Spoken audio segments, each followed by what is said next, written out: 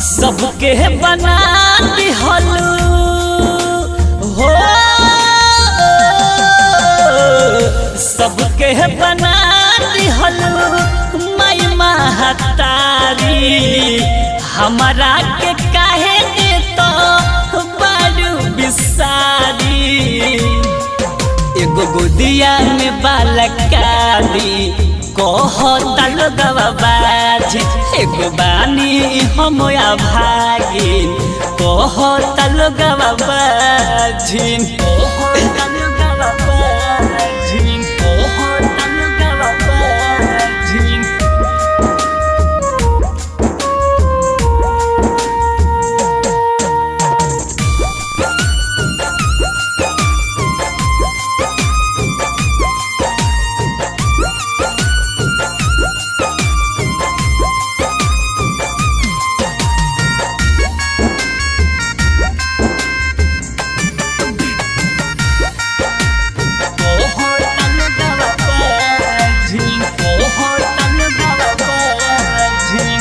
पूरा नहीं भइल हमार सोचल यार मान हो, सारा जग सुना लागे लागेला जहान हो।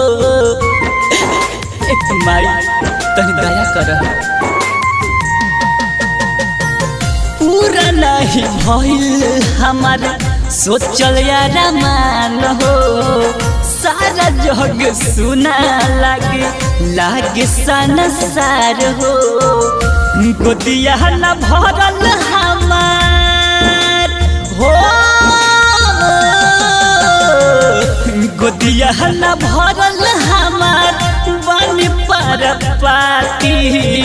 सारा लोग कहे लागल हमारा के बाजी।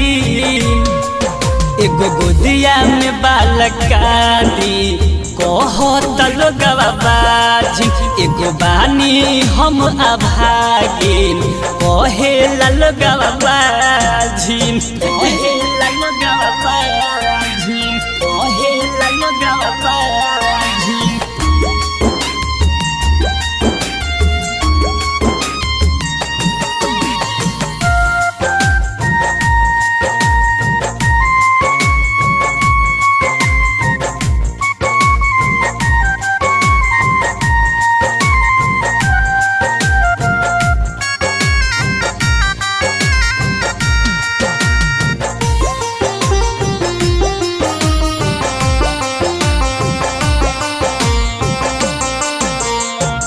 असर में माई रोज हम जियतानी, दुख के पहाड़ गम के आंसू पियतानी।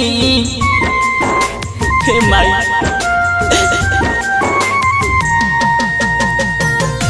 असर में माई रोज हम जियतानी, दुख के पहाड़ गम के आंसू पियतानी।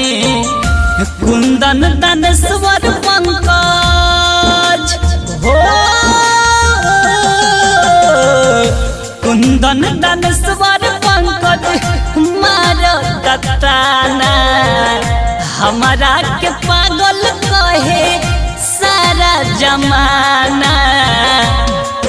एगो गोदिया में बालकारी कहता लोगवा बाजी, एगो बानी हम भागिन कहता लोगवा बाजिन। सबके बना दिहलू माई महतारी। एगो गोदिया में बालकारी कहता लोगवा बाजी, एगो बानी हम भागिन कहेला लोगवा बाजिन।